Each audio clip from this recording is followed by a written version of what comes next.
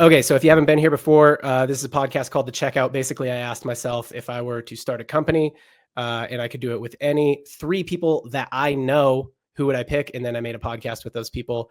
We're short one today, but it's the smartest and coolest and most fun people I know. So you should subscribe to it because we got good shit. Jackie, you're not Jackie, you're Zoe. I love that mistake. Me and Jackie All are right. one, but Zoe. I am Zoe. Zoe, welcome. Bart, welcome. Yep. All right, I got one I want to throw at you guys right off the rip here. So the other day, just paint a picture, set the scene here. The other day, I'm walking through like the grocery store and I see a Charleston Chew sitting there. And I'm like, that's why I came here. Like I actually might have came here for eggs and diapers, but the universe brought me here for Charleston Chew, for, chewy, chocolatey candy. So I got it and I'm sitting in the car eating. I'm like probably on my 4th or 5th Charleston Chew. And I thought, I wonder who makes Charleston Chew. Do you guys know who makes Charleston Chew? Either of you? Charleston. I don't like being pop quizzed. Yeah. But I don't. Well, too bad. So I figured it was like either Mars or Hershey's. They're like the big ones. It is not. Tootsie Roll makes Charleston Chew. And it made me come up with this theory that I've been working on, and I want to see what you guys think about it. I think so. Like Mars and Hershey's, they're like the big hitters in candy, right? Like they've got most of the most popular selling candy. And the candy market is really saturated. So there's just a lot of people, there's a lot of brands that sell candy. But Tootsie Roll actually has like a little position with like Tootsie Roll, Charleston Chew. It's also Tootsie Pops, like Blow Pops, and a lot of like kind of obscure candies like that. So it made me think that once a market is saturated, you've got to be top 2 to be a major player. If you're going to be third, you have to be weird. What do you guys think about this? Okay, I know you're running a lot of product catalog ads and you're using Marpipe. What are some of the creative tests in your catalog ads that you've noticed that have worked well for Dad Gang? Honestly, for us, the thing that's performing really well right now is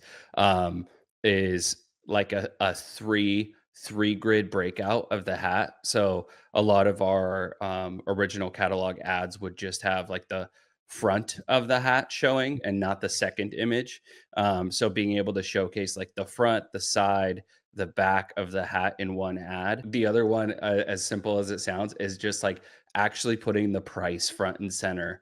Like a little red circle that actually shows the price, because our hats are great quality, but they're only $35 compared to a lot of like the similar quality of a hat out there is like $45 to $60. So I think being able to showcase an affordable price in one ad is helping too. So, and like Marpipe specifically, they just bust out tons of variations of your catalogs and keep testing it. Yeah, you just integrate directly into Slack with their team, let them know what you're kind of looking for. They bust out a bunch of variations. It connects directly into your Ads Manager account, and you don't even have to do that much within Ads Manager. It's a seamless integration into everything you're already doing. If you're any kind of brand that wants to put your catalog ads on steroids and get more returns, better returns out of your catalog ads, check out marpipe.com. All right, back to the pod. I'm trying to think of like another example of that. I mean, I've got some, but Dr. Pepper would be another example. Yeah. So you've got Coke and Pepsi. The only way to really crack that market, without being Coke or Pepsi, is just with a different, like Dr. Pepper. There's nothing else flavored like Dr. Pepper, which Dr. Pepper also has like RC Cola. I doubt they're killing it with their RC Cola though, like it's mostly Dr. Pepper they're selling. Oh, you know what? I have a recent one that I've seen, but it's like, it's kind of, it's newer. So it's not as long standing as Charleston Chew, but there's so baseball equipment, for instance, like baseball gloves, bats, it's helmets. Easton. Yeah. And like, so you have all these like legendary companies, but there's another one making a ton of noise amongst like younger players. And it's just a sliding mitt, and it's called Absolutely Ridiculous. Yes, I believe. Yeah, no, they're actually in my things of stuff that I like saved for this podcast. Yeah. Yeah. So I feel like I just That's got the a pop brand quiz name? answer correct. Absolutely. But Well, yeah, so no, their name is absolutely ridiculous. And they make Mm. sliding mitts mainly like they market to kids for the most part in like in little league in those leagues, but they make like really, really crazy, weird looking sliding mitts like ice cream, slime patterns, bright colors, and kids mhm. love that. They just get like the swaggiest MLB players like Jazz Chisholm on the Yankees is like their spokesperson. So you have all these like classic old school baseball brands, and then these guys would be like the weird one that's popping up and really, really killing it. Right. So this is a good example of like, I think like what are ways you can be weird? So I think that like Tootsie Roll did it with product, Dr. Pepper did it with product. So it's like, let's do, I mean, like we're I gonna think crack it was this code. intentional though. Like, do you think they were like, I'm gonna be weird, I'm gonna make this Tootsie Roll? Yeah, I don't think that they were like, well, I don't know. This would be good to know the origin story of Tootsie Roll, but like I think by then they were probably like, well, we can't just make another chocolate bar. Yeah. You know what I Yeah. mean? And I really think that a lot of brands, like e-commerce brands especially, just like make another t-shirt company or like Yeah. make another chocolate bar, you know, or make another shampoo company, D2C shampoo company or something like that. Like they just make another one. And it's like, no, you got to be like pretty weird. And one good way to do it is product, I think. So like Tootsie Roll like made a different kind of product. Dr. Pepper did too. And your example is a perfect example of this. When I was a kid playing baseball, sliding gloves were not a thing. Yeah. You know what I mean? Like they're more of like a new development. So I don't know if Absolutely Ridiculous came up with sliding gloves. Now all the brands make sliding gloves. I don't know if they came up with a concept of sliding gloves or if they were like, oh, here's a thing that like a bunch of players don't use, but it's a thing. Like, what if we just owned that little part of baseball that a bunch of Yeah. people aren't using and make a whole bunch of them use it? Right. Yeah. You know what I Super, mean? super specific within like a broad category. Yeah. I don't know. I don't think they invented sliding gloves, but they are making them loud, and they've probably like seen some previous sliding gloves and said this could be a lot more exciting. Yeah. And that's kind of what they're adding to it. So they're not only being weird and like the making that product more important in the game, but they're also adding weird elements of design to like everything they put out. That was Yeah. gonna be my point. Not really for the Tootsie Roll because like how much uglier and like boring can you get for design, but for like a lot of things I think are packaging on the shelf for because if you think like one time I was trying to think of like I'm always trying to think of a brand because I'm like dying to be a founder, but of a brand. But I was like going through I was going through like the grocery store. I'm like, what like here just like hasn't been disrupted or like just has ugly packaging or whatever. So the thing that stuck out to me was canned vegetables and like who has like Green Giant is like whatever like is that what it's called, Green Giant? Yeah, I think so. Everything. We're gonna go with that. Yep. Whatever it is, but everything is so boring and like not disrupted. So like my like little brand idea, and someone could take it because I'm kind of over it now. But I'm like, I need to make like cool vegetables, and I need to like I need to put in like market the sodium in it as electrolytes. Like it's gonna be the same thing, but it's gonna be like healthy for you because it's like electrolytes, and you're gonna like drink it. Like I don't know, like something needs to like disrupt it, and like the packaging is so important because that's what like. When we launched energy drinks at Ghost, I was like, how are we ever gonna like compete with Monster and Red Bang? Bull and Monster? Yeah. Red Bull. But like I really think that part of like, well, there's so many like so much goes behind it, but packaging is so important in design. Yeah. Yeah, and there's like the classic like liquid death example too. That's Right. not exactly that's not weird by like product invention because water, but by packaging and branding, you know, they're all about death and murder and stuff. So like and humor all at once. So that's taking water and being as weird as possible. Yeah, there's the weird part. For them. When I think you got to think about distribution. So like Absolutely Ridiculous thought about digital distribution, which is where they started. So, you can make a ton of really viral content around baseball. Like it's already a category of viral organic content. So we can already make a ton of viral organic content around it. We can run a lot of that stuff as ads if we just put people in these gloves. You know what I mean? Right. And I've seen them, they do a lot of partnerships with creators, like even like baseball creators and like wiffle ball creators and stuff like that. Where it's like you win a glove if you do something or something like that. You win a sliding glove if you do something or something like that. And I like, so their distribution channel was going to be digital. They knew digital. So they like made a brand. They're like, we're going to go into the baseball market. How do we be weird in the baseball market? Like, let's just pick this one product category, own that. Nobody uses them. Let's make it so everybody uses them. And then, you know, let's be weird in the vein of distribution. Whereas like Zoe, you're thinking about consumer, like CPG food. And you're like, my distribution channel in food is usually going to be stores, right? So like, how do we stand out in stores? Packaging and like differentiation, and like, don't call it salt, call it sodium, or sorry, not sodium, electrolytes, right? Which that, you know, what's funny about that is that's like the Lunchable competitor that Mr. Beast and like Logan Paul, or Mr. Beast and KSI. I don't remember who was part of this collab, but that's what they did. They're like, it's got electrolytes. It's like, oh, it's got salt, like the other one, like Lunchables, you know, like, yeah. But they're like, no, electrolytes, guys. It's what plants crave. Right. But yeah, the major players in like canned vegetables, that's a good one. So it's Kraft Heinz, Campbell's Soup, Green Giant is actually a disruptor. They're not owned by one of those big ones. And like, they seem to me to kind of own that space. Do you know what I mean? And they're not that those other ones, the other ones you named, when I think of those, I don't think I think of vegetables. Yeah. I mean, they probably do some good specific, not just cans. I'm thinking vegetables. Mm-hmm. Like what? Yeah, I know what you mean. I just looked for that. I bet they do some volume in canned vegetables, but like what I'm saying is like already the disruptor brand is the one we think about in canned vegetables as like probably like, we're like, that's probably the incumbent. And that one's the disruptor because they're like, no, we're not doing canned food. We're doing canned vegetables. And like, we're just going to do that. And then that's the only brand we could think of, you know?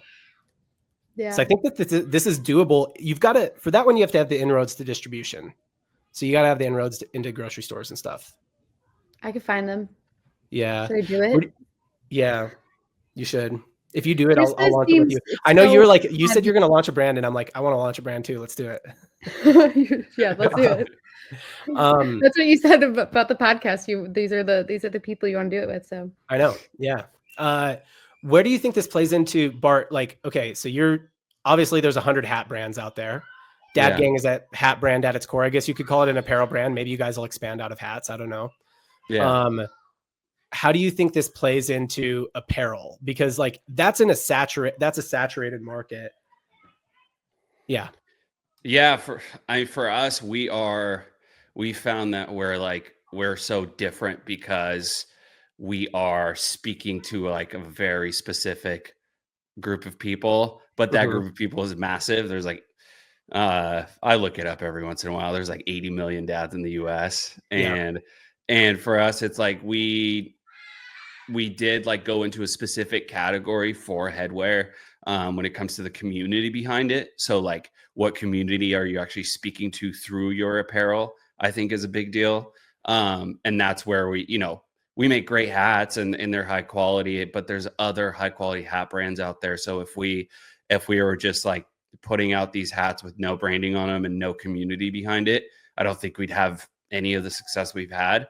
So it's kind of leaning into, we broke up kind of how fatherhood was looked at on social media too. It was like all you got was funny, goofy, mowing the lawn, dad bod jokes, and all this like just cringy stuff per se. The comedian Akash Singh actually has a bit about this where he's like, what is it when somebody's got a little chubby? It's a dad bod. What is it when somebody's got like, he's like, if your dad's got a six-pack, he's cheating on your mom. How do you think your dad's supposed to look, man? Like no, for sure. And it was like I became a new dad like 4 years ago, and I go online and I'm getting served all this dad stuff, and it's just like Nike Monarchs. Like they're like, you want some New Balance and cargo shorts, buddy?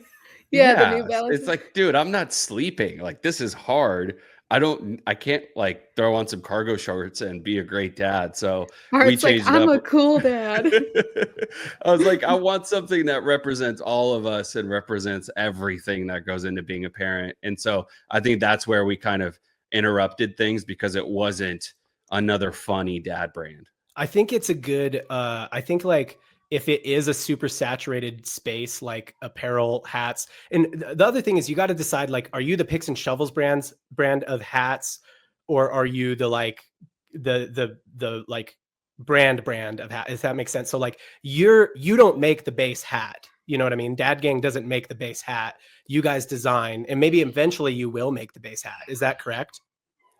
No, we make our own hats. So you designed the fit of the hat, like you've actually designed the product.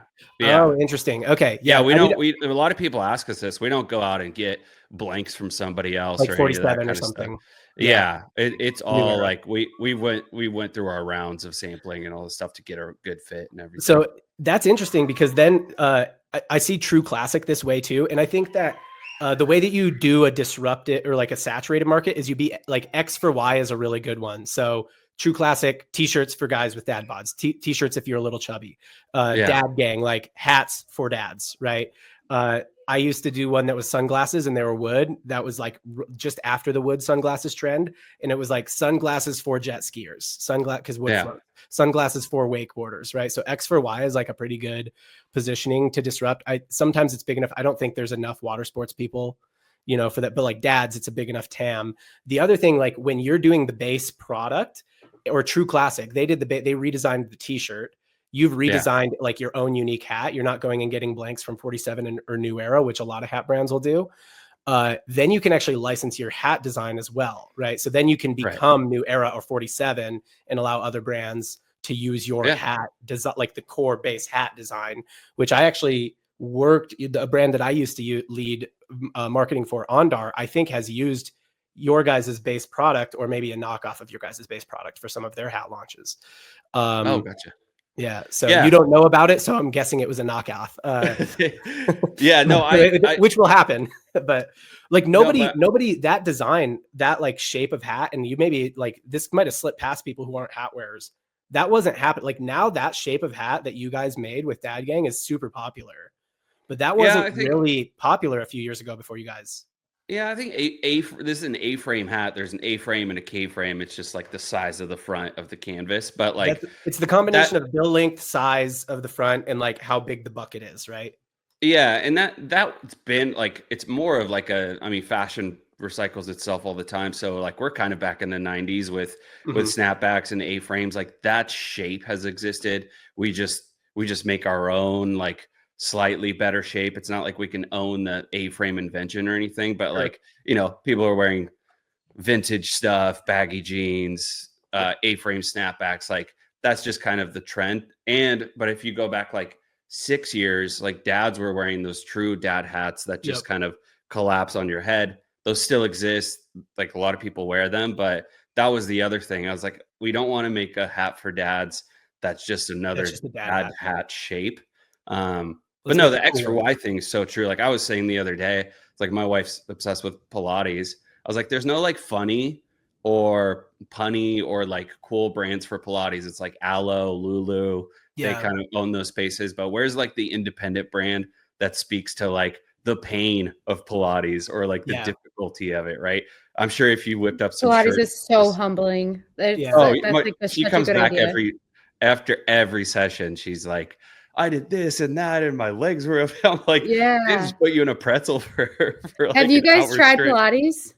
No, she keeps telling me to go with her. You have to do it, and I think that's like it's so Pilates fun itself is kind of a recycle. Sorry, go ahead. I love seeing like males try Pilates because it feels like, even me, I'm like, I come from like bodybuilding, like weightlifting, and I was like, Pilates feels like kind of soft. And when I went to my first Pilates class, I was like so humbled that I'm like, I need to be doing this more, because like I like, it was like my first time working out after being like lifting for 10 years.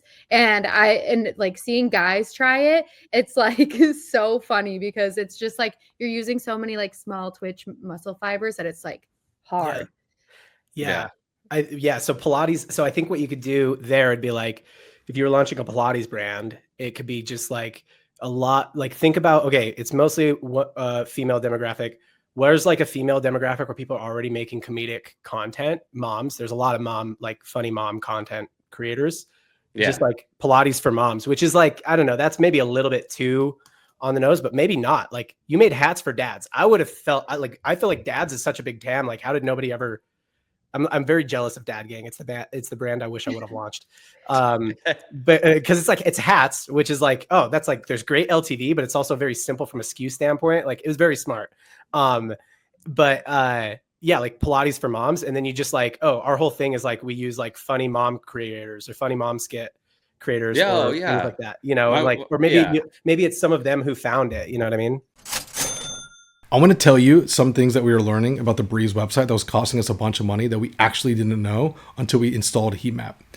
On our product page, we have bullet points that looked like buttons. We had elements that looked like buttons that you actually can't click. And we were finding out that we were literally losing money because the navigation was so unclear that to the thousands of dollars because of the amount of traffic we're spending, we weren't able to find success. And so heatmap.com was able to kind of highlight and tell us exactly where these users were clicking.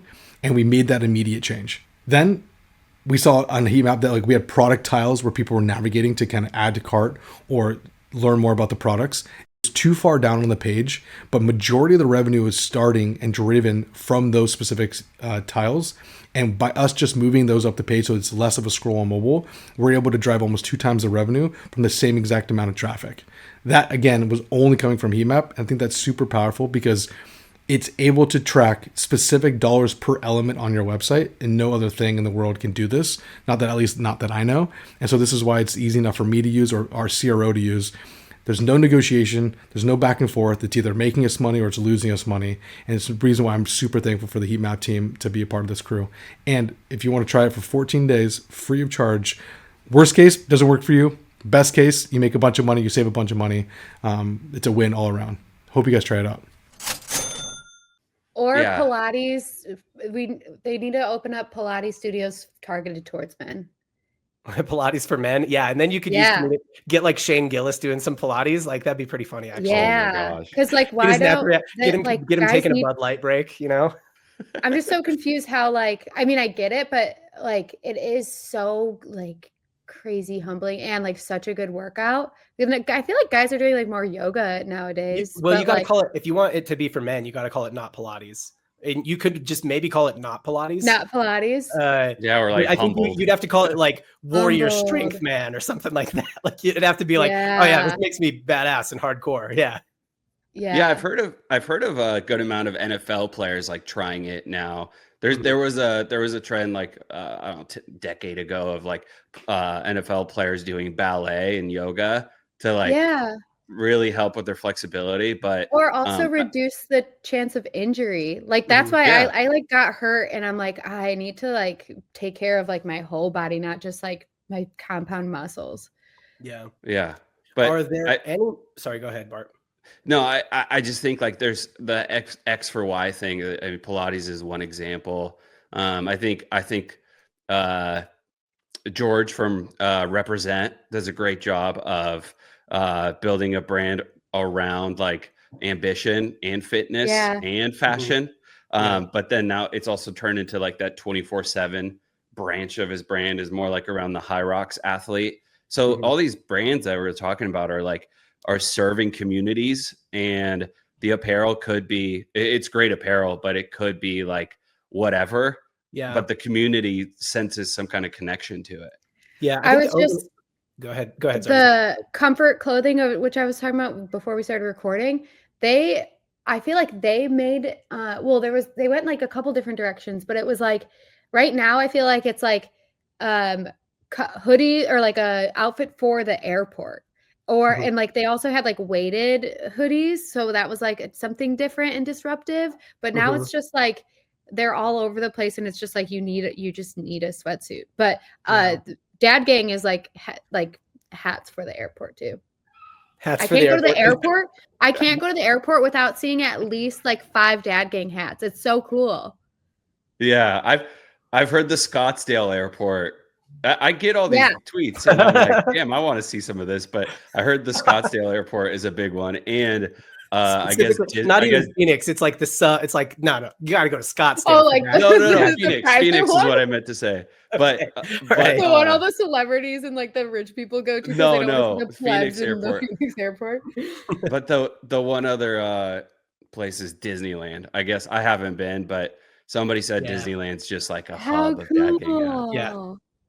Yeah, you guys could do some experiential stuff. That's a whole other idea, but that would be funny. Yeah. That'd be good to do some experiential stuff. But I think most markets, kind of to like wrap this topic a little bit.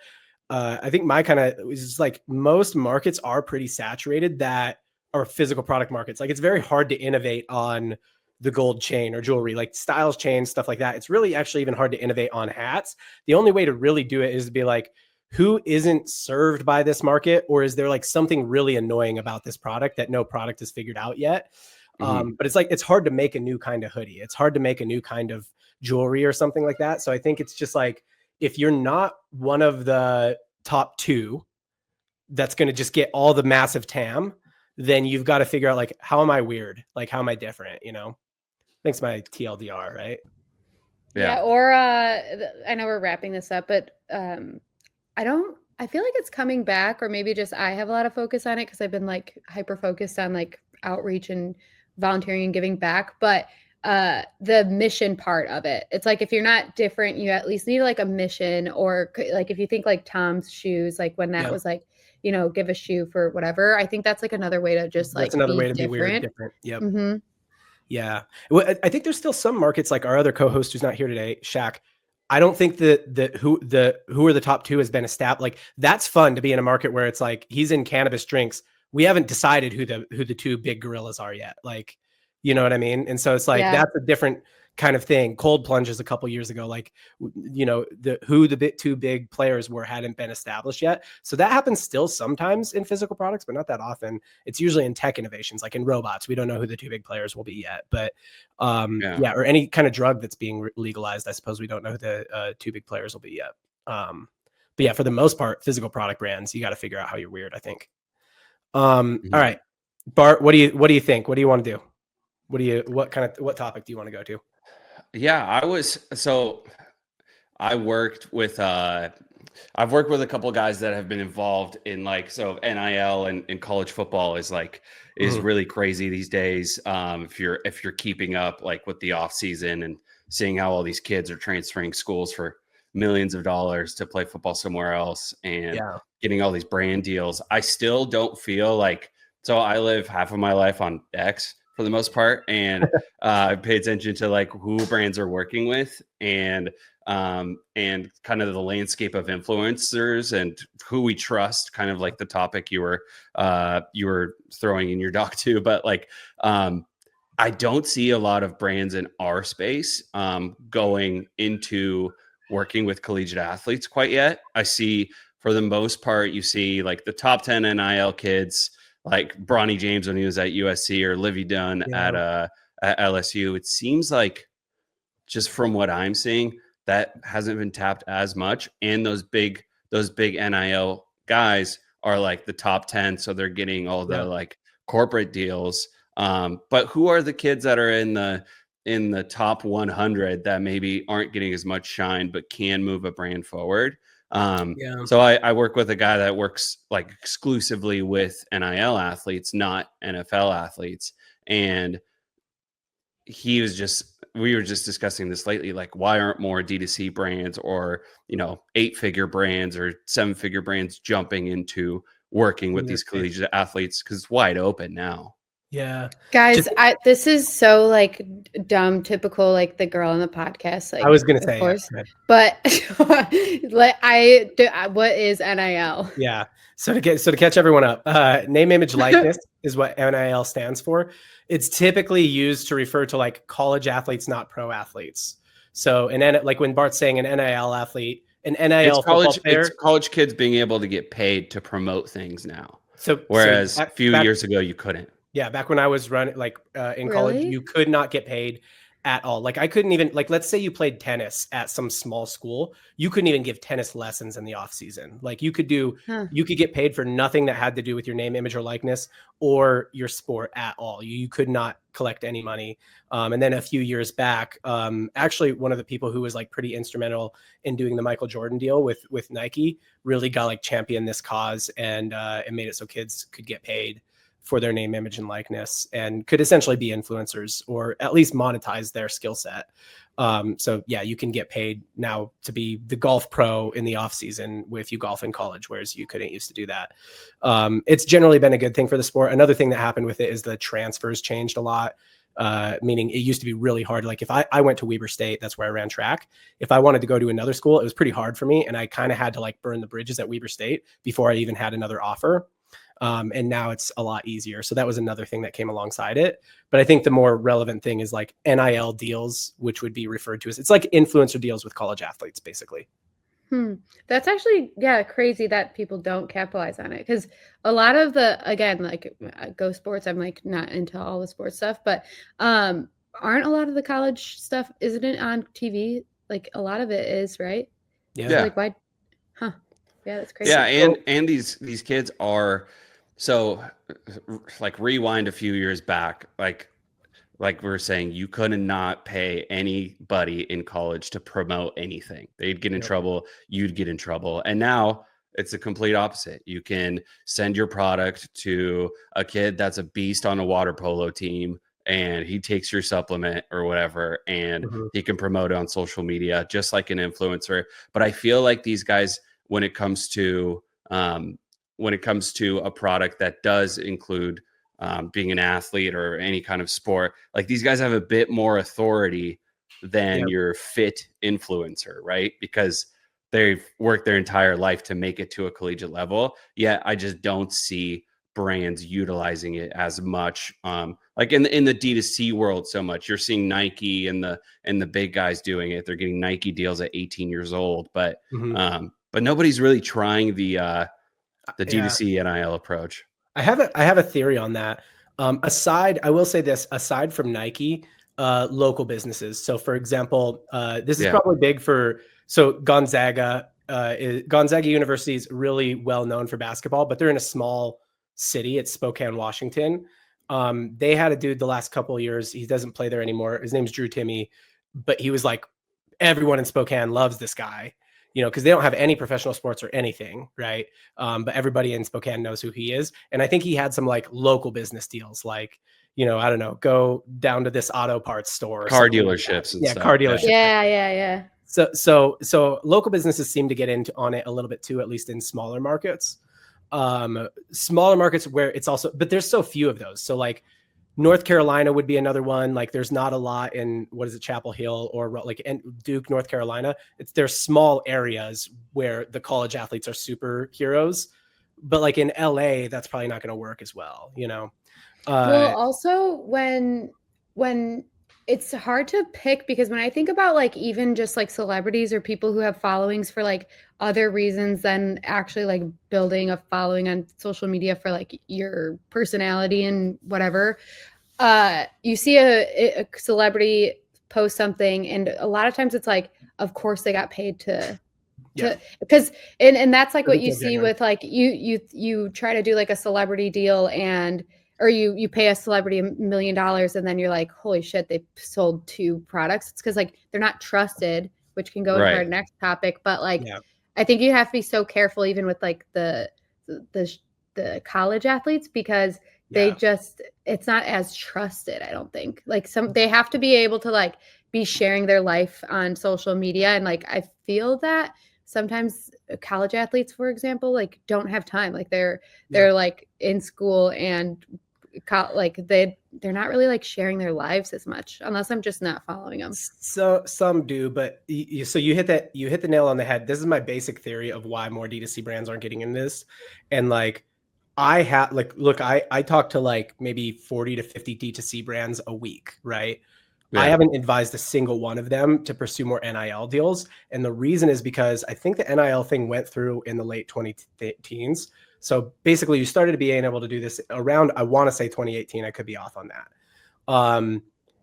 by that point, the influencer ecosystem had been established, and all of these people just stepped into what already exists as the influencer ecosystem. In like 2012, the influencer ecosystem was really lucrative for brands. So like you could just send like you could pay for post from some influencer on Instagram and it would pop off. Like like it worked really well. But between like 2012 and 2020, I would say that stopped working as well. And like for whatever reason, was it either it was trust or their reach wasn't as good, or I think a lot of it was pricing. Like agents who have traditionally, agents have only represented like legit celebrities.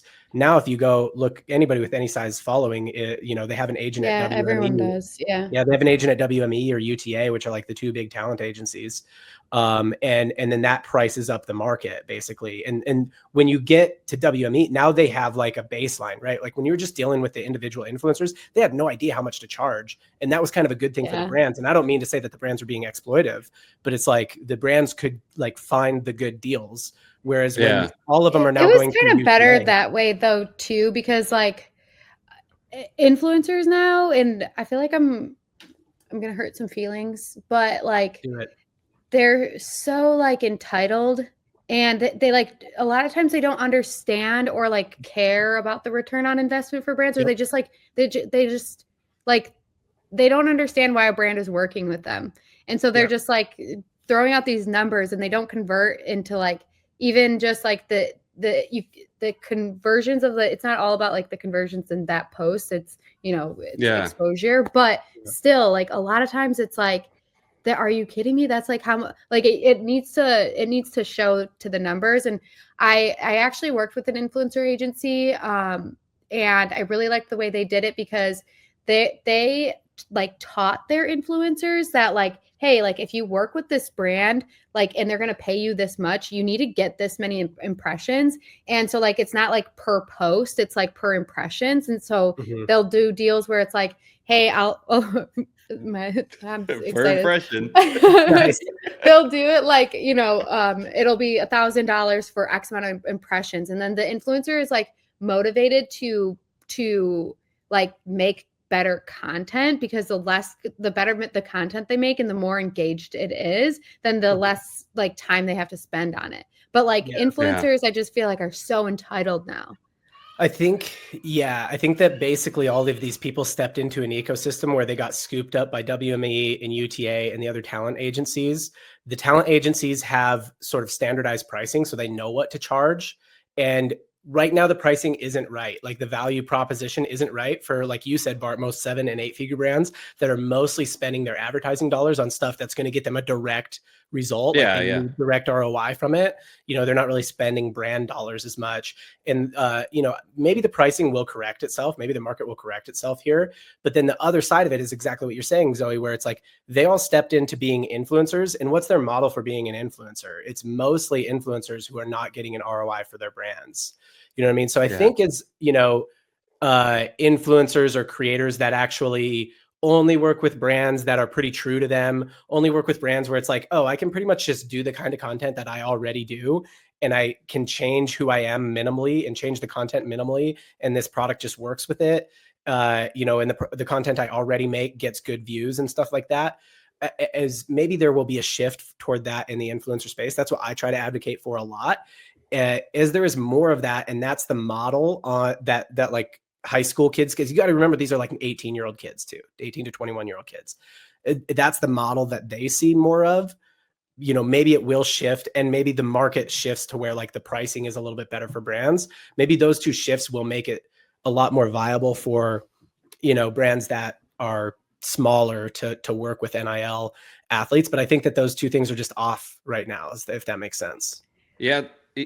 The one thing I saw earlier today that made me think about this was Boise State, Ashton Genty, who was up for winning the Heisman. Zoe, who's like the best running back in the world this year. Thank you. And he was unbelievable. A running back is a football player. Oh, jeez. Fuck off. But he was just an unbelievable athlete. And he is working with Saks underwear now. And I was like, okay, a little bit smaller of a brand.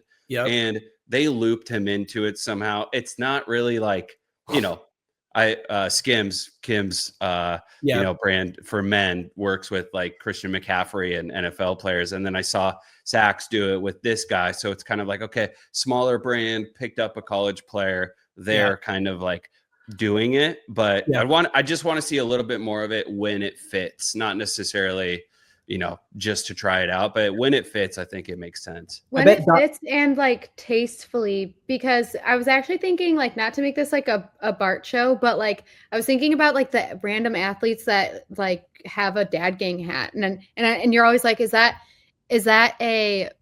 product seeding, or is it just like, or what? Yeah. But product, if you're able to like get things in people's hands that they actually like wear and use, and it's like more subtle than like paying them to post, like I think that's more of a way to do it. And if you could get it organically, like No, and there are some college athletes that like legit are kind of content creators. They make some kind of like, maybe they stream or they do some kind of like content creation. Some of them are just more influencer, where they're like just living their life in public. And if you're an influencer, you're living your life in public.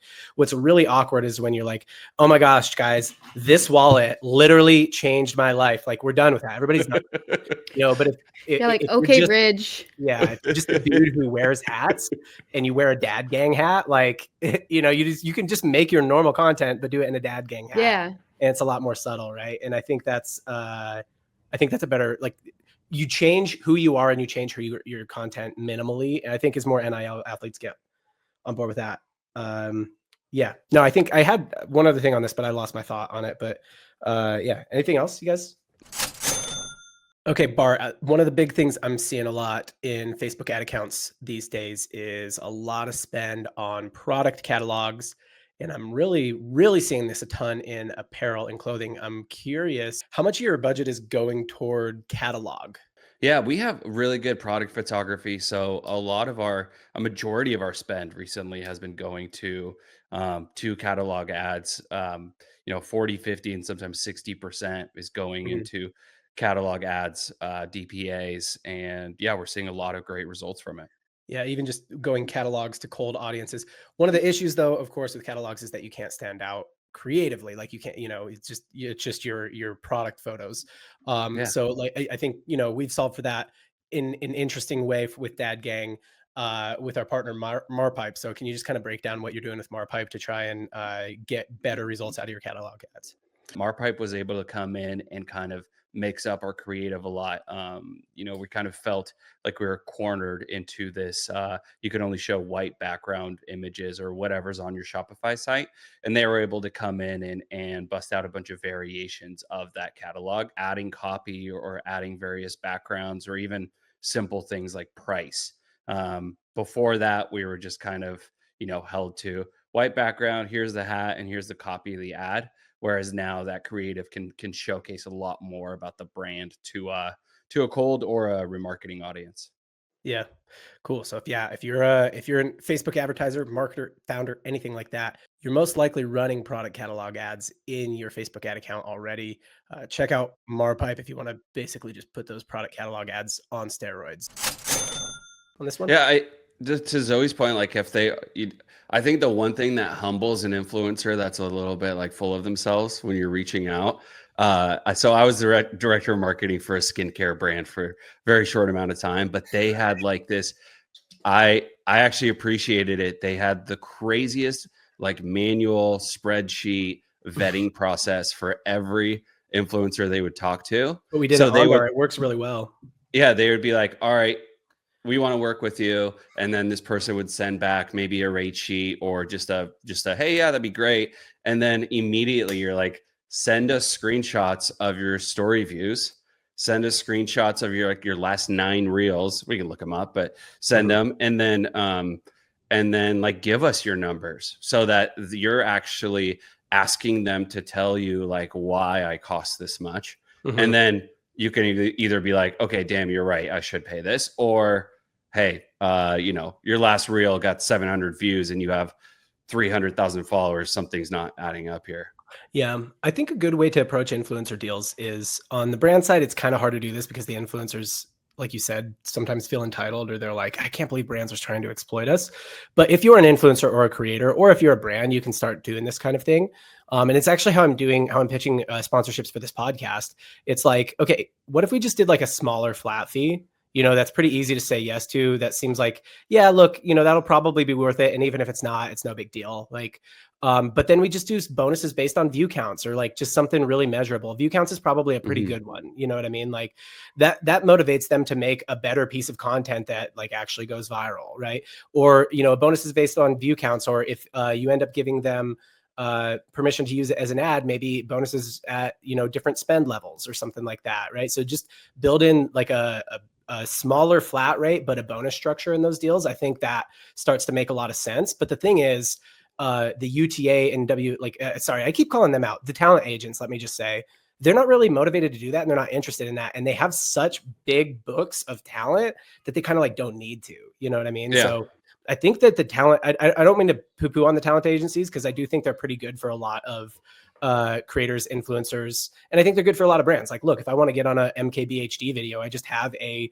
contact at UTA that I reach out to and say, hey, I've got this brand that wants to get on an MKBHD video. Like, it's a lot easier for me. You know what I mean? So I think at size, at scale, the talent agencies make a lot of sense. But at the smaller level where the influencer might be like, oh yeah, I'll do a deal like that. That's fine. And then the talent agent won't. I think that we would just need to get more of that, more combination deals that are like smaller flat with bonus upsides.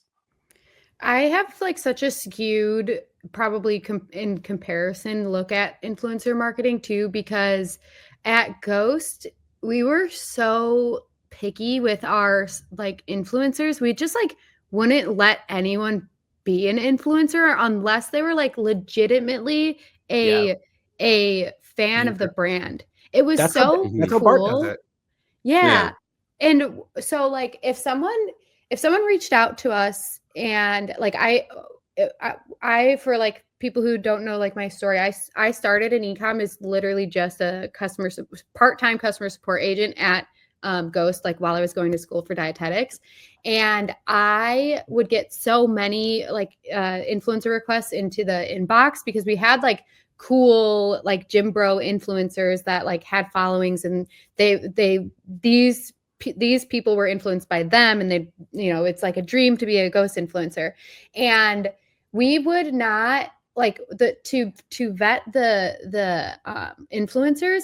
We would watch their stories and see if they like organically just posted about Ghost, like when they were going to the gym, or like they had a Ghost, like Ghost apparel, or we would look up their name and see if they ever shopped with us online. And like we made influencers like be like work to get there, not in like a way where we're taking advantage of them, but it was like, so it made it so like real for your influencers, because they were like actually truly all ready. And then when they were so excited when we would finally like work with them, because they're like, I've been using you guys for so long, and like they to announce it to their audience, it was just like just like the right way to do it. Yeah, that's how you do it too, Bart. Like you are like, oh, if they already wear it, then we'll do something with them. Yeah, and the content's so much better. Like it's already part of your life. You don't have to force anything. I'm not obsessed with this thing or whatever. Like, it's just part of your daily life. Like, we worked with Mookie Betts, like one of the best baseball players of all time, and he wore our hats so much before we did anything with him that it was getting kind of awkward. Where we're like, okay, dude, you're like wearing our hats all the time. Let's do something. Not like. And then we've had cold outreach from agents and stuff that are like, hey, my athlete is really interested in your brand. I think it'd be a good partnership. And then you go over to their page and not a dad gang hat in sight. And it's just a money play. And we really don't believe in like paying anybody to like us. So if it's already happening, then go after it rather than like forcing and paying people to talk about you. Yeah, you're not trying to pay for friends. Yeah. All right, I like it. Wait, so the question is, do you trust influencers, or do people? Yeah. Trust Do you want to move that? I mean, that was kind of like a different thing on here, but we can. I thought that it was like same topic. Yeah, that's cool. Right? Yeah, that's cool. So sorry. Okay. So this is like the call out that I had here is a couple things have happened kind of recently. this isn't really recently, but like the, SBF FTX thing has a whole lot of like the FTX Sam Bankman-Fried, that was actual fraud, right? But a bunch of influencers were involved in that, or like Wait, can you explain this? Yeah, FTX was like a Coinbase competitor. It was a crypto, what do you call that? Crypto wallet, crypto holding app. Oh, Yeah. Yeah, so it's like a Coinbase competitor. Sam Bankman-Fried was the CEO, founder of it, and they did a partnership with Tom Brady. They did tons of like legit celebrity endorsements, and then I don't know, he went to jail for fraud, and like everybody lost their money. And now the irony is that like everybody's actually recovered their money plus some, or most people have recovered their money plus some. But yeah, like there was a while there where he had actually just spent all of the deposits on other stuff, so the money wasn't there. You know what I mean?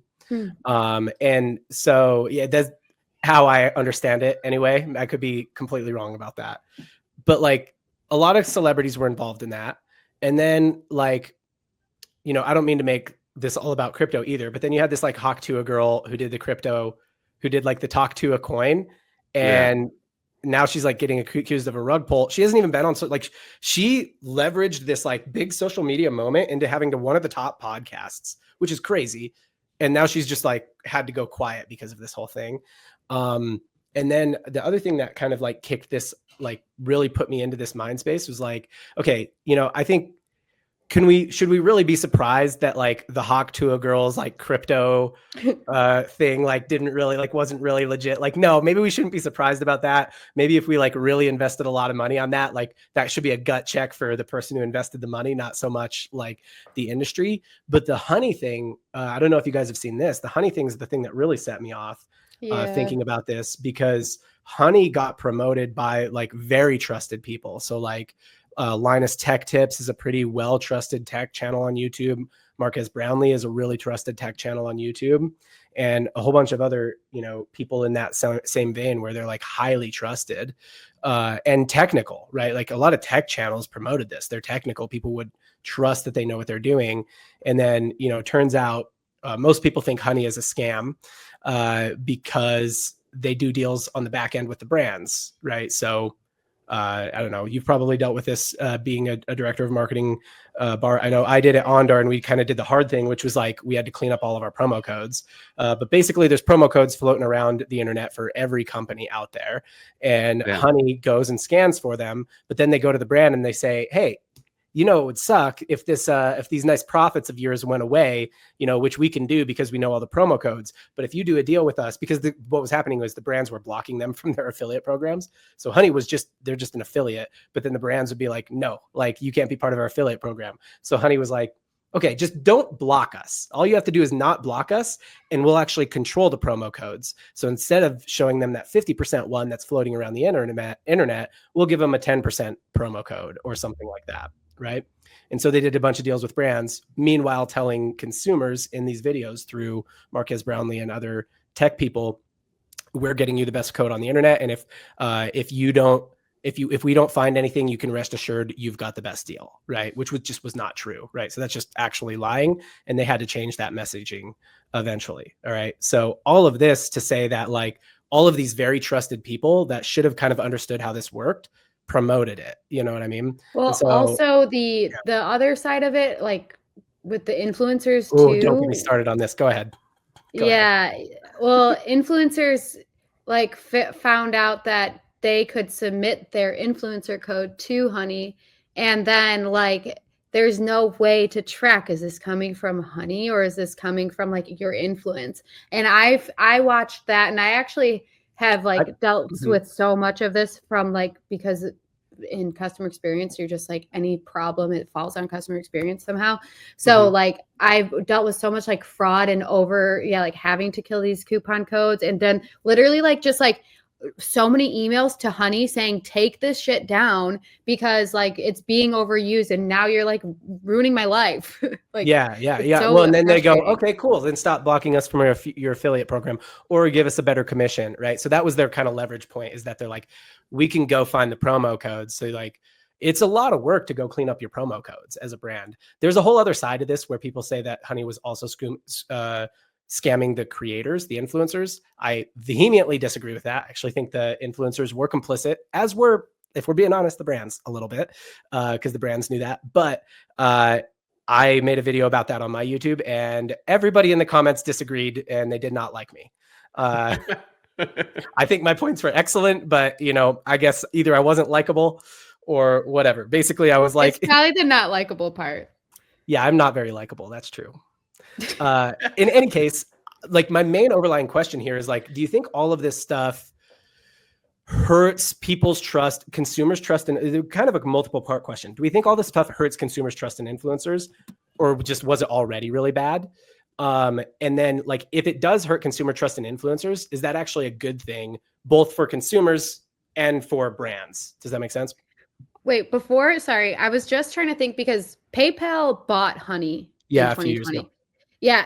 And I, not to like stay on this topic, but I was just trying to think, I couldn't think of who bought it, but I actually just like recently ran into someone who worked for Honey in a coffee shop, and I was like basically telling him, do you know how like hard your brand you're like this tech company makes my job. Yeah. Like, and he was just like staring at me like, holy shit, I had no idea. Like, you hate me. And I'm like, I don't hate you, but I'm just like telling you, but like, yeah, I hate you this a little. Stuff like is so annoying for my job. But but I thought that PayPal was just going to like shut it down or something, or like wasn't there a plan to, I'm not sure, but yeah, we could get into the conspiracy theories of why PayPal would buy a company like Honey. Yeah. Well, maybe I'm not sure if like like something like Honey would make a consumer not trust an influencer, because I don't think consumers who are not in our job like understand, like nobody's thinking that deep about it, I don't think. Well, this expose has like 20 million like people. Yeah, this kind of like exposed it. It's been in all the news outlets. It's been in like the YouTube video has almost 20 million views, and it's just an expose on Honey. My big problem with it is that he spent the first 15 minutes talking about how the influencers were victims, and then nobody's mad at the influencers about this. They're just mad at Honey about it. The influencers aren't victims, in my opinion. But in any case, I think a lot of the comments around this are like, I never trust anything that has this much influencer push, which I'm like, oh, that's very interesting. Like FTX kind of had that same thing. And so I just wonder if like, I actually think from a brand standpoint, if I'm just like thinking about myself as a director of marketing at a brand, one of the really hard things right now is that I see there's like 5 pillar channels out there. And a pillar channel is a channel, like the way I define it, is a channel that can make your business 0 to product market fit and traction and like some path to scale. And the pillars are Facebook ads, Google ads, Amazon. I'm going to say TikTok right now, TikTok shop. Who knows where that's going? But then the other one is influencers, has been creators. There was a time where that was like a pillar channel for a lot of brands. Like that was like a very available channel. It was a very good alternative to Meta ads, to Google ads. Like it was a legit, like when you are a small brand and you need every advertising dollar account, you could use influencers, and it worked. And now it just works for so few brands, and you have to be really good at it from a brand standpoint. You got to test a lot of ones that don't work really well, and then you have a few really big hitters. I actually think that maybe for brands, it's actually a good thing if the market starts to trust influencers less, and there's less demand for like influencer deals, and they essentially have to lower their prices because of it. Now, on the creator side, I'm like, look, I would like there to be a lot of demand as a creator myself, but like, I think that's actually good for the brands. I think we've overcorrected, and influencers are a little too expensive for the value they provide. Also, I actually have been thinking about this a lot, and because if our listeners are brand side people, or people who might even have like a want to be some type of like business influencer or share grow their personal brand, I think this also happened, and it goes into like we both play a role, like brand side and influencer. We kind of just like all need to get on like the same page.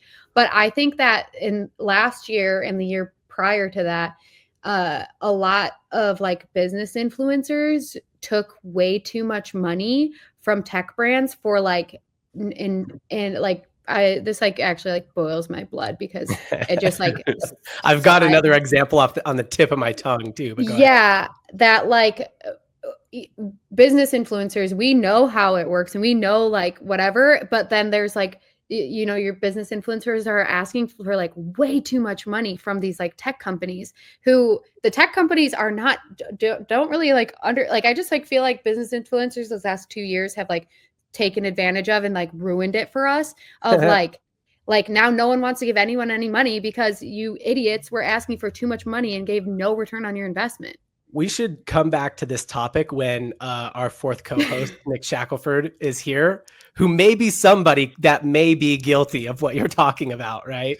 I don't know. It would be good to get an interesting other perspective on this. I think he tries to be I think, you know, he particularly does try to bring as much value as he can. I have another example on the tip of my tongue for this, but Bart, we kind of haven't let you talk for a second. Do you want to? Yeah, sorry, Bart. Everybody talks about optimizing their ads, but they don't spend enough time talking about optimizing their overall website, which is something that I think more of us need to spend time doing, and more of us need to spend time thinking through. The reason why most people don't do it is because you actually can't track revenue per element on your site. Heatmap.com does that. And that's something exactly why I love them and why we use it, because it's easy enough for me to use and it's easy enough for us to like communicate what exactly the changes are doing for our people. I like heatmap.com because it specifically drives revenue for us per element that we have. And so there's no real back and forth discussion. It's either going to start to work or we're going to get rid of it because it's tied directly to revenue. Google Analytics, which we all terribly hate, only talks about what's happening on the overall website, not the actual elements within the website. At the end of the day, the only valuable data point that we can gather are the ones that drive revenue. And if you aren't able to track that or update that, you're really wasting your time, which is why we use Heatmap, because we're able to track that specific data and know what optimizations we need to do next. Head on over to heatmap.com, give it a 14-day free trial. Worst case, it's not for you. You don't want to use it. Best case, you find a bunch of money and you make a bunch of money. Yeah, no, so speaking back to like when you were saying that influencer marketing was like a really strong pillar back in like 2012 to 2020. I was like big part of that when we launched our sock company for 6 years. And it was literally like I DM'd Marshawn Lynch, also another football player. Yeah. Sorry for all the football. I know that one. I know that one. Since you and Marshawn are good buddies, I know we got to get him on the pod to talk about his brand sometimes. Yeah, that'd be great. But like DMing, you know, several people that were either like super famous or had a bunch of following and were just like pure social media influencers, and getting them product and building relationships and making things authentic and then making any post that they would do impactful. Like, I feel like influencer marketing was also just like starting to become a bigger thing at that time. So you had less people to look to for influence. And now it's like everyone's kind of famous. And so it's, in my opinion, like, so I get served, you know, being the owner of Dad Gang, I get served so much like parenting, mommy bloggers, dad bloggers, parenting advice. And it's like, it's overwhelming. It's like, how many tips on how I should discipline my kid can I take in one day? Like 50 videos on gentle parenting. No, don't say no. Yes, it's like, parenting. Dude, everybody's way too important. And I'm just like, I think, yes, it's harder to trust everything you see from influencers because one, you're like, okay, that person clearly got paid. They're not obsessed with a weird item that's just in their kitchen all of a sudden. And there's just like way too many voices, I feel like. And not to say like, I think it's awesome that social media has given more people voices, but it's like, damn, I don't even know who to listen to at this point. I don't even follow this person and they pop up in my feed. Wait, hold on. You're telling me that the random Tupperware brand didn't literally save that mom's life?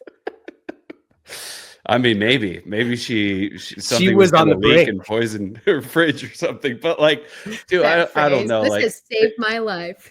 I've seen it all from like 2012 to now, and being on the side of the brand. And I worked at an agency for a while and talked to influencers back and forth and all this stuff. And it's just kind of like, I think the best strategy on the brand side is always going to be to do something that feels normal and natural, rather than like, okay, a lot of followers, good story views, they seem like they can do something, let's pay them and they'll post, and then we'll never hear from them again. Like, and the consumer of that content can feel that stuff now too.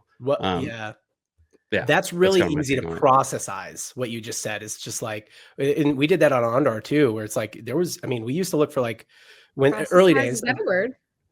What's Yeah, that? that's a really Process new word alert. into a process. Processize? Processize. Sorry, I like could not let you move on. What would be the like verb, current present tense verb form of the word process? Is there one? Implement? I don't know. Implement is probably the better word. Yeah, turn into a process. What is the word? I don't know. Okay, sorry. How did you processize this? Yeah, we processized this at Ondar. Like early on, we used to look, and this was actually before I was there, so I shouldn't take credit here, but we used to like, our standard was a 5x ROAS for an influencer post. So if we spent $1,000 on an influencer, we expected them to drive $5,000 in sales from their promo code usage, on the day that they posted, like in maybe the 2 days they posted about it. Like that's how we would measure it. And that way it's like the promo codes aren't getting away from us and stuff like that. Now it's like probably 0.5 or less on average. Right. And the whole way that we did it is we just exactly what you said. It was just like, hey, how much for a story post, or how much for a reel, or how much for a photo post, okay, let's look at their follower. Like we just had this like mathematical sheet that's like looked at their followers, and we saw it exactly like advertising, like paid advertising on Meta. It was just systematized, and you could have just a junior employee do it, even if that person, they didn't have to have any judgment about how good of a fit that the influencer was. And now I think that's what it is. And I want to wrap this by saying I am still actually preaching creator or influencer partnerships with brands. The way that I'm doing it now is I think that the gap in opportunity for brands is in content, meaning I think a lot of them make what I'll call top of funnel ad content, which is here is this wallet versus this wallet. You have no reason to ever think that video will go viral, but it will work pretty well as a top of funnel ad.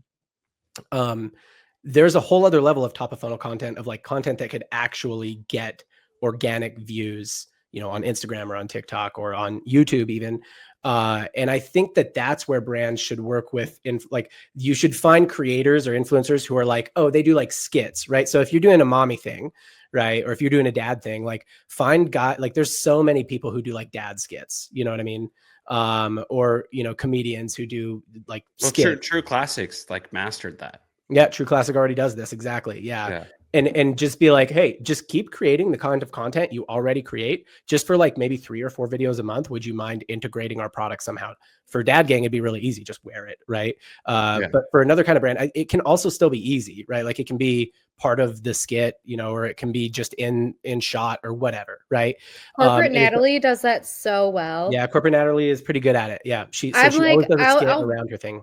I'll watch it, and I'm like, oh god damn it, this is an ad. Like, there's 30 seconds in, and she's so good at it though. A couple of the corporate skit people are actually pretty good at it. She's one of them. There's another guy who's pretty good at it. I bought a pair of pants because I saw one of his ads. And yeah, so I think that's it. And then it does a lot of things, because then it's like organic content for the brand. That's actual content, that's actual things that people would want to watch and has a chance of getting views organically. And then it's got product touch enough to where, it could be an ad as well. And every brand that's running ads on Instagram and Facebook already needs a very steady flow of ads. I love Veronica is cool. Oh my God. I'm like, I don't like fangirl over people, but for some reason I like sorry, the you're good. Listeners don't know that Bart just favorite person in the No, she's chat. she's like third in my stories, because I love like truly awkward humor. The best. She's just mastered it. Can we get Veronica is cool on the podcast? Yeah, let's do it. But in character. Why? But like, yes. She just did an H&M ad, and it was like, I think it's probably one of these top ones, but I think she did a vitamin water one. It was so funny. Like so funny. Yeah. And that's the thing, is like a majority of all of her content is just original skits, and then every once in a while a product will hop into it and you barely even notice, but now you're like, okay, that was also funny. And it just like flows with her content. It's just like she just, and it's it's just like making fun of it too, which is also like a whole side of it that we could talk about. But like, I just know some of these thumbnails and I'm like already laughing. Yeah, 'cause I've let's watch them what all. hit me with a good one. What's a good one? they like you kind of have to like know the whole story from like beginning, or else you're gonna be like, what the fuck is this? What is this? Scroll down a little. Yeah. Okay, do the one where she like looks crazy. Wait, go up. she's like not wearing one? pants. Yeah, that Yeah. one. Okay. All right. Hold on. Yeah, it's bad. Bruno's filmed like everything last night. You guys see that? Why are you covered in dirt? Truly. I don't know if we could do like a 20-minute intervention. Oh my Okay. god, Veronica. Jesus. What? You smell like shit. Oh, yeah. Because I haven't showered since last year. What? Michael, do that sound right here.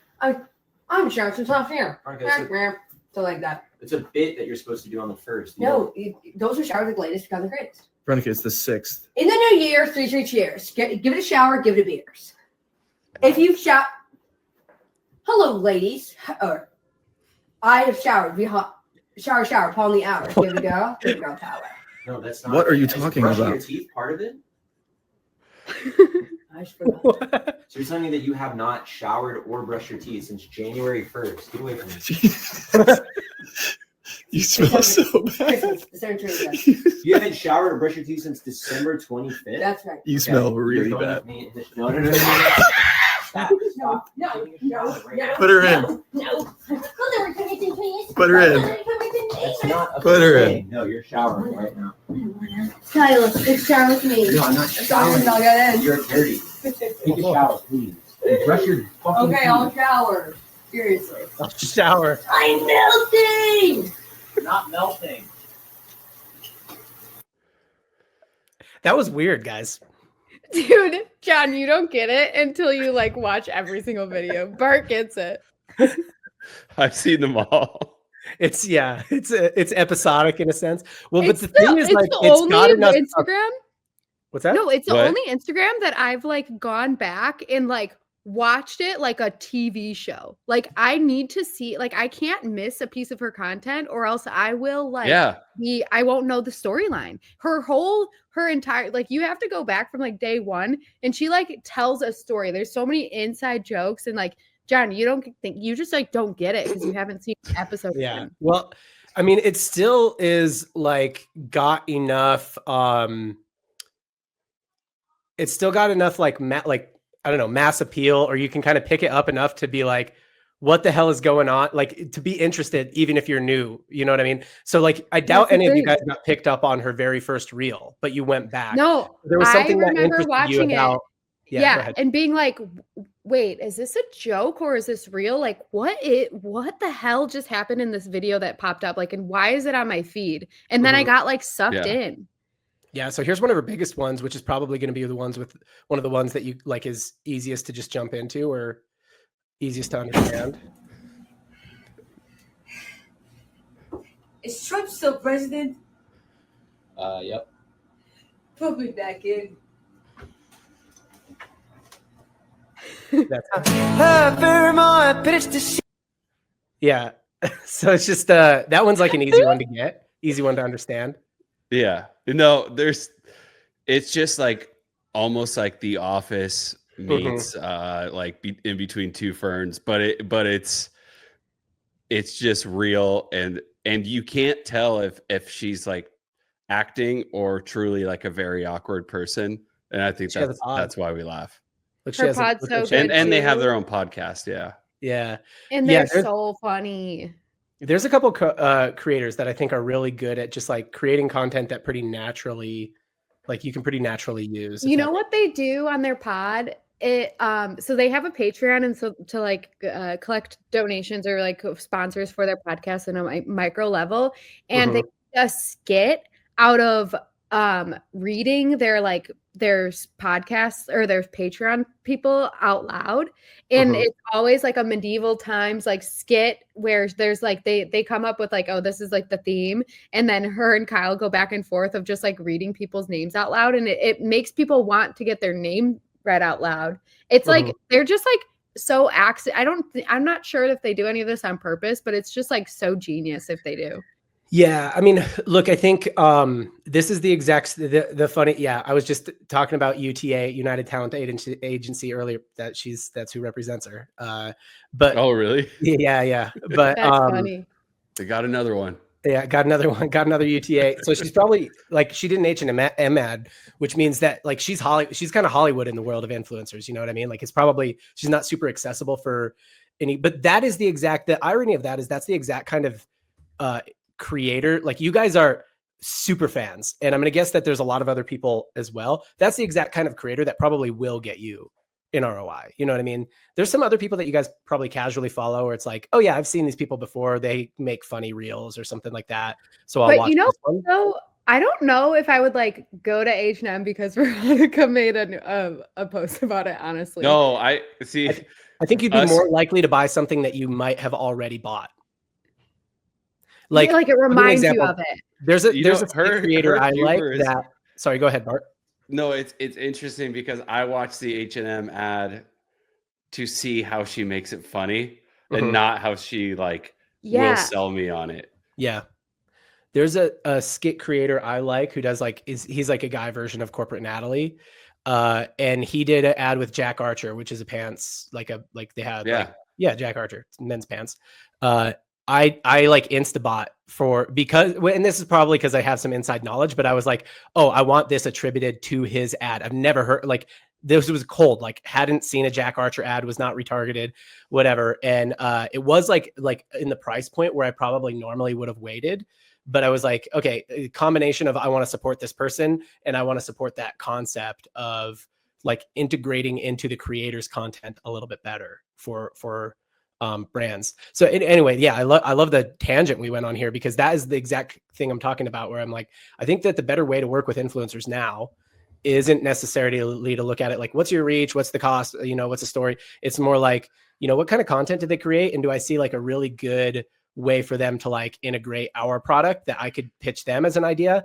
Or can I just say, hey, do you think in the normal kind of content you create, you could integrate this product 2 or 3 times a month? Yeah, you could put people on retainer. Quick live one that I'm currently working on. So Steven Shapiro, he's like massive on TikTok and pretty big on Instagram too, like 780,000 followers. But he goes around and like gives back to people, gives people like thousands of dollars on the streets. Yeah. Super funny guy. He mixes like prank with charity, and he's been wearing our hats because he's a dad, and she's been wearing them. And I'm just like, hey man, let's like give back to a bunch of dads or families somehow. You wear our hats already. I don't care for you to like walk around and tell people about Dad Gang. Just like wear the hat. We'll collaborate on some posts together, and then like let's go help some dads together and make some skits out of it. And he's like, yeah, dude, let's go to Disney or something. Like, he's already thinking of different ways to incorporate it, but it's already happening. He's already wearing it, and it's not like some forced like, make sure you buy this hat as I give this money away to people. It's just like part of his everyday life. Yeah. I love that. I was just thinking too, people like that, or even like Veronica, if I had a brand and like I approved of that like deal, I almost like wouldn't care if it didn't make a return because it's just like, it's kind of like, you how you spend money on things and you're like, and this is like such a privileged problem or like privileged thing. So I almost feel like bad talking about it, but like sometimes you just like spend money on things that it's just like for just entertainment or whatever. Like that's how I would feel spending money on Veronica. I'd be like, I don't even care if this gets no return, but it's just like, if it's funny and it has my brand on it, cool.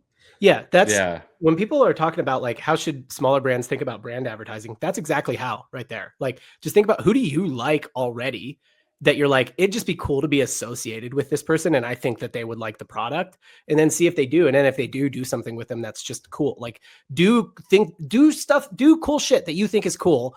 And that's brand advertising right there. So like, if you think that what's like that Bart, if you think what Steven Shapiro's doing is cool, like it's like, yeah, let's just do that with you.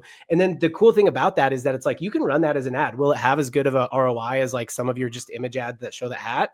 Maybe not, but like it will, like if you run that as a conversion ad, it will get a certain level of ROI. So it's like, there's other ways to get returns out of this in a way that like also builds brand. Performance branding is probably the term, right? Yeah. And just like, can you entertain in an ad? Yeah. Outside of, lucky for us, like, are just statics with hat photos do really well. Hats are nice because just show the hat. Yeah, but I also want to entertain in our ads. That's what, like, when we get to run ads with like Mookie Betts or any of these athletes we work with, like, we get to tell a fatherhood story.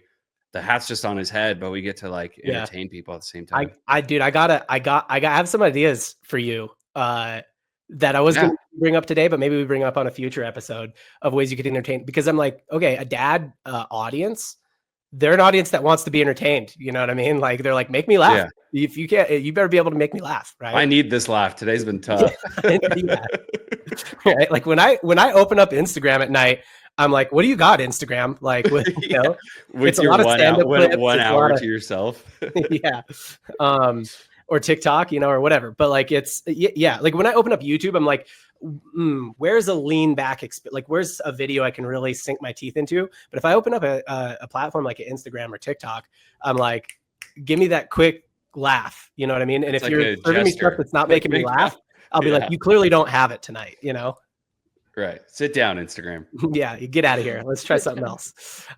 So I think there's like, I think that's a good way to look at it. Like, can we entertain? And then can we entertain in a way that, we could also use as an ad and we'll get some ROI out of. All right. Any closing? I think that was a good one, guys. That was a really good episode. This is great. This was even without Shaq, I think it might've been even better, guys. Well, also, since the episode is so long, I kind of want to do something to reward everyone who got to the end. Is that cringy? Yeah. I don't know how though. It's going on YouTube, so you got to leave all your clothes on. As long as you're going to leave all your clothes on, then yeah, you can do it. No, can I give away a dad king hat? Do I have that poll? You're volunteering to give away. Your reward is my product. Okay, perfect. Zoe's like, yeah. I mean, I'm not going to pay for it, Bart, but yeah, I'm going to give away a dad gang hat. Yeah. If you can tell us what NIL means, you get a dad gang hat. So everyone email John if you and tell them what NIL, and then Bart will send you a hat, and I'll do nothing with it. Yeah, I have no part in coordinating this freebie. we'll put everybody's handles, social medias in the description of wherever you're listening and or watching. I think we might do listener questions in the future. So if you guys want us to like talk about something that you're interested in, or a problem you're having with your brand or whatever, it is a dream team. So just DM me at John JH Coyle on any platform. Bart, I am not even going to attempt to say your handles. I'm going to put them in the description. Wait, how do you say your last name? Shanevsky. It's Shanevsky. Right. But the way his handles would be, like, there's not a pronunciation for Bart's. Well, the S, so I'm Polish. I was born there, still speak it. It's SZ is an SH in Polish. So it's the like chef? my name is the chef on IG and Instagram, but the it's SZEF. So everybody's like the SZF. Like nobody knows how to say it. Go search for the SZF on any social media, and you'll find Bart. And then Zoe, what are yours? I'm _Zoe Khan _ on everything. It's ZOEKAHN. Amazing. I'll put them all in the descriptions of where we post this. Send us your questions. Be like, hey, I want the dad gang hat, and then I'll buy it. I will buy it at full price, Bart. You know what? I'll buy one too. I mean, I've got some freebies that aren't going to do anything, like right behind me. So there you go. Might as well use I'll them. buy those. And follow at Veronica _ Veronica is cool. Shout out to Veronica is cool at Veronica _ is cool. With a K, it's Veronica. We don't need to shout her out, guys. She's doing a lot better than we are. So I want her. We're manifesting her coming on the pod. Okay. All right. We need to make a reel, and everyone tags her in it, and then she like has to. Okay. I got some ideas. Ideas to force somebody to come onto the pod. The first part of it is you take their family and you hold them hostage. I'm just kidding. I'm kidding. Oh boy. Veronica, we're not going to take your family. Make an hour 17 in, guys. Veronica, your family is safe. I want to make that clear. All right. Good one. See you guys next time.